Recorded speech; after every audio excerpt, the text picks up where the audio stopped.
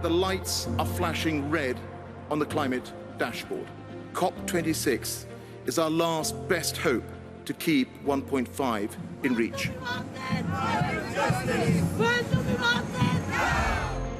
Net zero by 2050 is something not only that Australia can achieve, but so many other countries as well. Climate change conferences were once the domain of scientists. The COPs, especially Glasgow, is like the trade show for people involved in climate change. This year's COP26 in Glasgow is no exception. But apart from world leaders, fresh from the G20, there's a record showing of global big business. We stand to benefit more than any other nation potentially on Earth from the decarbonisation of the planet. We are not harnessing any of those opportunities in the current commitment. Get in line or get out of the way. COP26 is a COP which will be replete with corporations, with investors, with ministries of finance, not just ministries of climate change. Why? There's money to be made in going green. It's a sign that climate change is now as much an economic challenge as it is a scientific one. In fact, the 4 goals of Glasgow are keeping to 1.5 degrees warming, mitigation, collaboration, and mobilising finance. Therefore, the private sector to raise $90 trillion over the next 15 years to tackle climate change.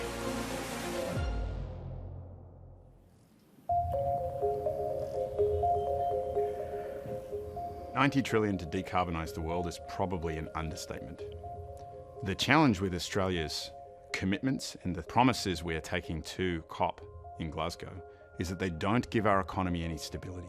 There's no legislation, there's no planned interim targets, which means as an investor you can't be sure what environment you're investing in, which means you're going to need a higher return because the risk is higher, which means the cost of doing business in Australia is going to go up.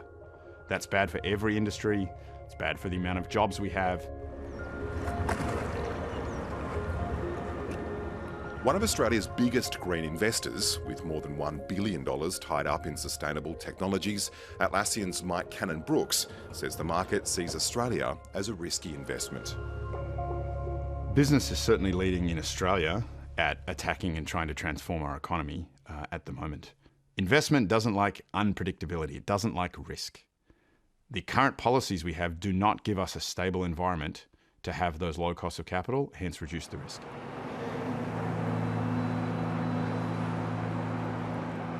We do view ourselves as a distributor of energy. Over time, we'll be distributing different forms of energy. Australian fossil fuel supplier Ampol is turning some of their petrol stations into battery stations. We're rolling out 121 stations across our network initially in partnership with ARENA. Despite their 1 million tonnes of carbon emissions each year, they're part of a business delegation called the Climate Leaders Coalition, which is sending representatives to Glasgow. I think business has to play a leading role and will necessarily play a leading role to ensure that decarbonisation can be delivered for society. I don't think it's appropriate to rely on any one group, government or organisation. It's about a coalition working across value chains, working together on policy settings. Increasingly, carbon-intensive businesses like this, who pledge to deliver net zero on emissions by 2040, will come under the microscope. Critically, Ampol's plan will not deal with Scope 3 emissions, or the emissions from customers burning their fuels. Companies will try and greenwash their way into only offsetting the emissions from their Scope 1 and 2, their domestic emissions. And if you're a major fossil fuel producer, the majority of your emissions are when your goods are burnt.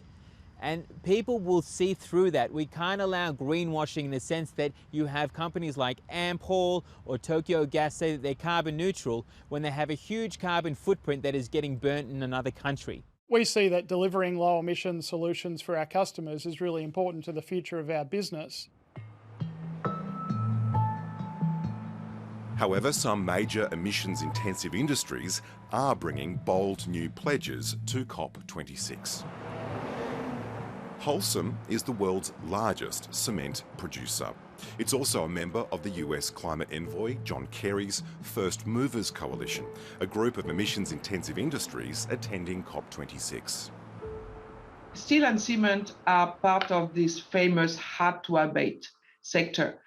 Myself, I hate this nomination. I love to call it full of opportunities sector, because whenever we reduce, the type of reduction we're going to make will have an enormous impact. Wholesome say they will now reduce their Scope 3 emissions by 90%. Scope 3 only represent 20% of our total footprint. Some companies, it represents 80-90%, so which means 80% of our emissions are actually under our control because it's our own, it's our process ones. There's potential for mass-scale greenwashing of such a crucial conference, according to former negotiator for Australia, Richie Merzian. We're seeing more junk credits being put on the market and purchased up by big polluters. We're seeing a lot more marketing and not a lot of action, and that's the real risk. If you look at the movement, the climate movement, not just the young people, but the companies, you know, I talked about pledge. We made our pledge 1 year ago. Everybody now is making a pledge. That's why for me it's so important to validate and to show that there's no greenwashing in it or anything. When people are making a net zero pledge, we should ask things like, is it legislated? As a government, that's laws. As a business, that's in some sort of actual policies, penalties, incentives, that sort of thing for staff, whatever it may be. We should ask, does it involve Scope 3 emissions? None of Australia's policies involve Scope 3. We've seen 2 court cases in Europe where a gas company was selling gas as sustainable, and the courts ruled that was mis-selling, legally mis-selling, because of what the science is telling us.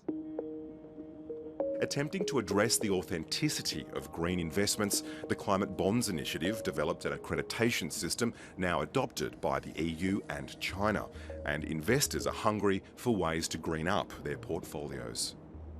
There is money pouring out of our ears looking for green. In the recent auction, when the European Commission went to market seeking money for its green bond, they were 11 times oversubscribed. That means that they placed 12 billion euros a bond. They got 11 times the orders.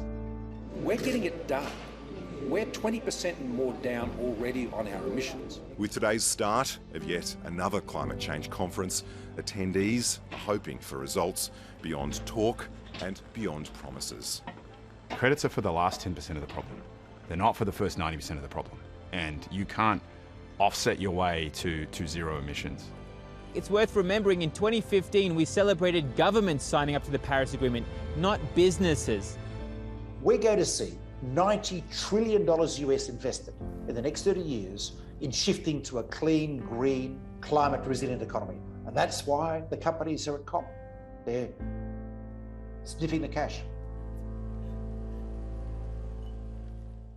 The bottom 20% get nothing. They're really unfair tax cuts. People want to see much stronger action from the government when it comes to climate change. It's no coincidence that we have a wages crisis in Australia. Transitioning to net zero emissions, it doesn't seem like there's much room for gas.